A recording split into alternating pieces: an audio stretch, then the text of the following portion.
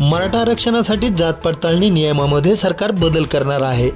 मनोज जरांगे पाटील यांच्या आंदोलनामुळे राज्यामध्ये आणि विशेषतः मराठवाड्यामध्ये ज्यांच्या कुणबी नोंदी सापडलेल्या आहेत अशा मराठा समाजातील व्यक्तींना कुणबी प्रमाणपत्र दिले जात आहेत। मात्र त्या प्रमाणपत्राच्या जात पडताळणीवेळी काही अडचणी येत आहेत, म्हणून त्या नियमांमध्ये काही बदल करण्यासाठी सरकार आज महत्त्वाची मीटिंग घेत असल्याचे समजते।